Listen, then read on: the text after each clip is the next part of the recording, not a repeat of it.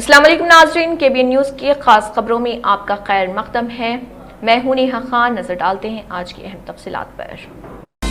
تلنگانہ میں گرام پنچایت انتخابات کے پہلے مرحلے میں کانگریس حمایت یافتہ امیدواروں نے نمایاں کامیابی حاصل کی ہے۔ ہونے والی ووٹوں کی گنتی کے بعد سامنے آنے والے نتائج سے واضح ہوا ہے کہ ریاست کی حکمراں کانگریس پارٹی کے حمایت یافتہ امیدواروں کو دیہی علاقوں میں عوام کی جانب سے بھرپور حمایت ملی۔ غیر جماعتی بنیاد پر منعقد ہونے والے ان انتخابات میں اگرچہ امیدواروں کو پارٹی نشان نہیں دیا گیا تھا، تاہم سیاسی وابستگیوں نے نتائج پر نمایاں اثر ڈالا۔ سرکاری اعداد و شمار کے مطابق کانگریس حمایت یافتہ امیدواروں نے 1924 سرپنچ نشستیں اپنے نام کی، جس کے بعد BRS 975 نشستوں کے ساتھ دوسرے اور BJP 156 نشستیں جیت کر تیسرے نمبر پر رہی۔ دیگر امیدواروں نے 428 گرام پنچایتوں میں کامیابی حاصل کی۔ TPCC کے صدر مہیش کمار گوند نے نتائج کو حکومت کی کارکردگی پر عوام کے اعتماد کا مظہر قرار دیا۔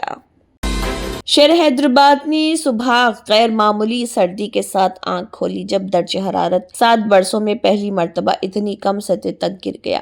موسم کی اچانک سختی نے شہریوں کو حیرت میں مبتلا کر دیا۔ تلنگانہ کے معروف ویدر اینتھوزیاسٹ ٹی بالاجی کے مطابق یونیورسٹی آف حیدرآباد UOH میں درجہ حرارت 6.3 ڈگری سیلسیس ریکارڈ ہوا، جو اس موسم میں شہر کا سب سے کم درجہ حرارت رہا۔ اس کے بعد مولا علی میں 7.3 ڈگری جبکہ راجندر نگر میں 7.7 ڈگری سیلسیس درج کیا گیا۔ شہر کے کئی علاقوں میں سنگل ڈیجٹ سردی دیکھی گئی، جن میں شیورام پلی 8.8، الوال 9.0، گچی بولی 9.1، بولارم 9.3، میرٹ پلی 10.1، قطب اللہ پور 10.2 اور JD مٹلا 11 ڈگری شامل ہیں۔ محکمہ موسمیات کے مطابق شہر میں صبح کے اوقات میں دھند کا امکان، جبکہ دن بھر آسمان صاف۔ 13 اور 14 دسمبر کو درجہ حرارت معمول کے مقابلے 3 سے 4 ڈگری کم رہنے کی پیش گوئی۔ آئندہ 2 روز کے دوران شہر میں زیادہ سے زیادہ درجہ حرارت 30 ڈگری اور کم سے کم 12 ڈگری سیلسیس رہنے کا امکان ظاہر کیا جا رہا۔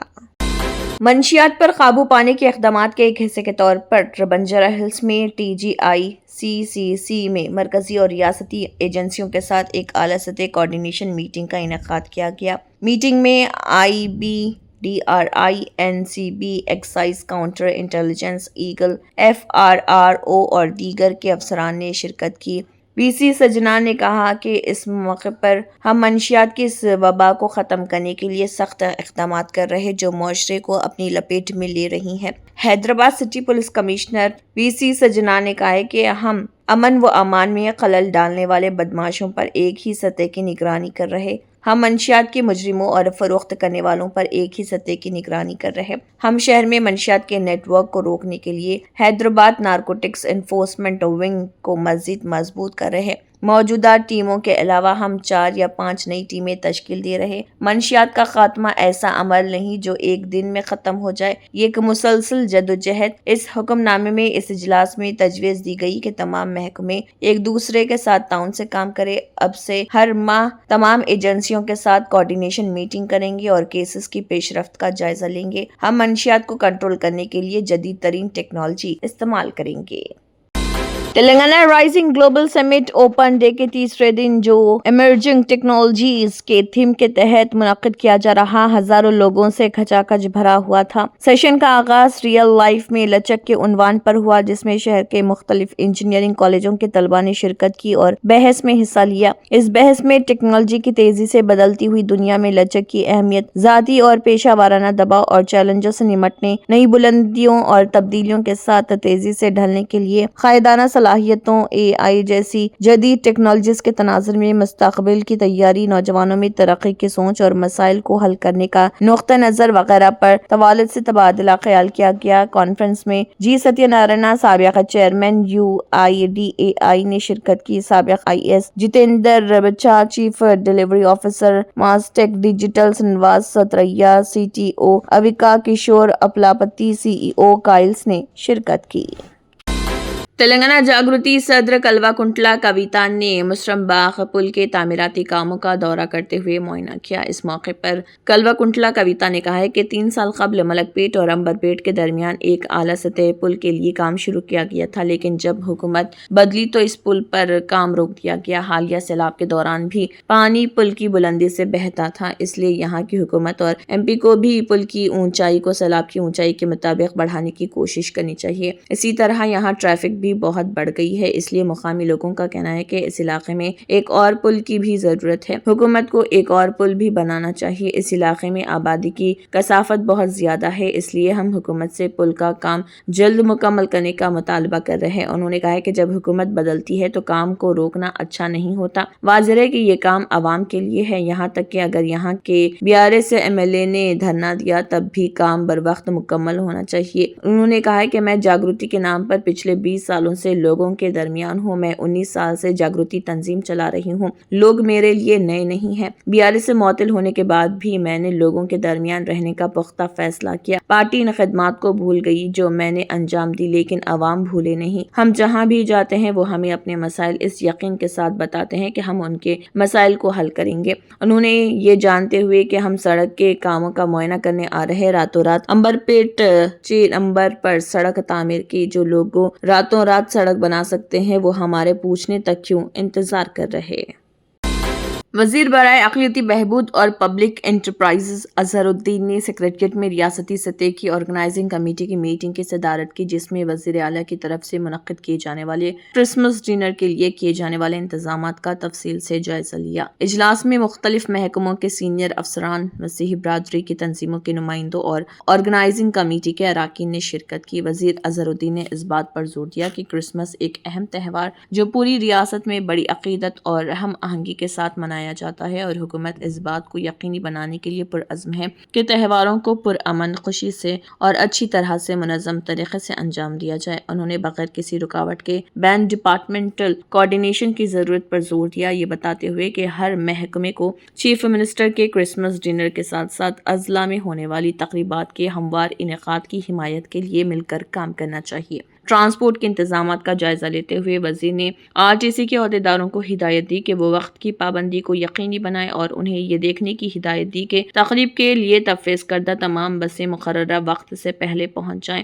تاکہ آخری لمحات میں رش یا عوام کو تکلیف نہ ہو۔ انہوں نے حکام سے کہا ہے کہ وہ حاضرین کی رہنمائی اور ٹریفک کی روانگی کو منظم کرنے کے لیے زمین پر مناسب عملہ تعینات کریں۔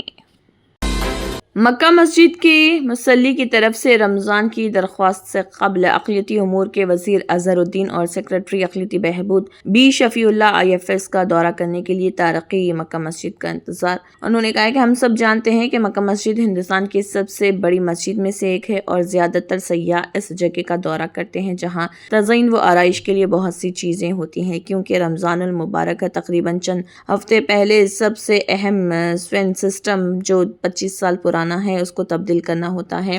لاڈ بازار سائٹ جسے VIP داخلہ بھی کہا جاتا ہے بہت زیادہ نقصان پہنچا ہے، مسجد کی مرمت کی ضرورت ہے۔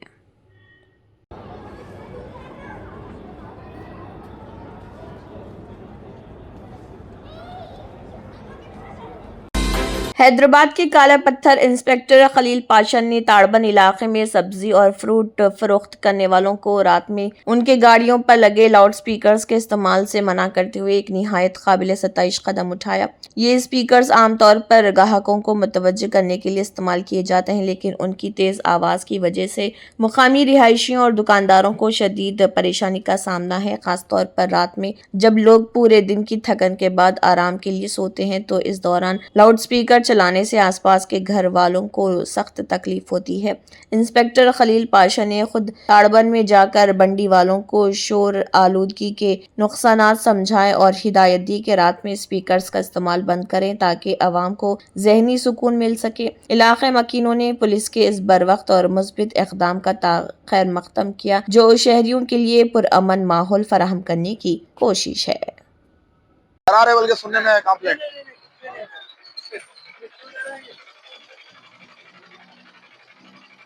کیا بول رہے ہیں آپ کو؟ ابھی آپ لوگ یہاں روڈ سائڈ میں کاروبار کر رہے ہیں، آپ لوگ اتنے بڑے بڑے پنگے لگا کے جو آواز پکارا کر رہے ہیں، ان لوگ پھر سونے والے کیسا سونا گھر والے؟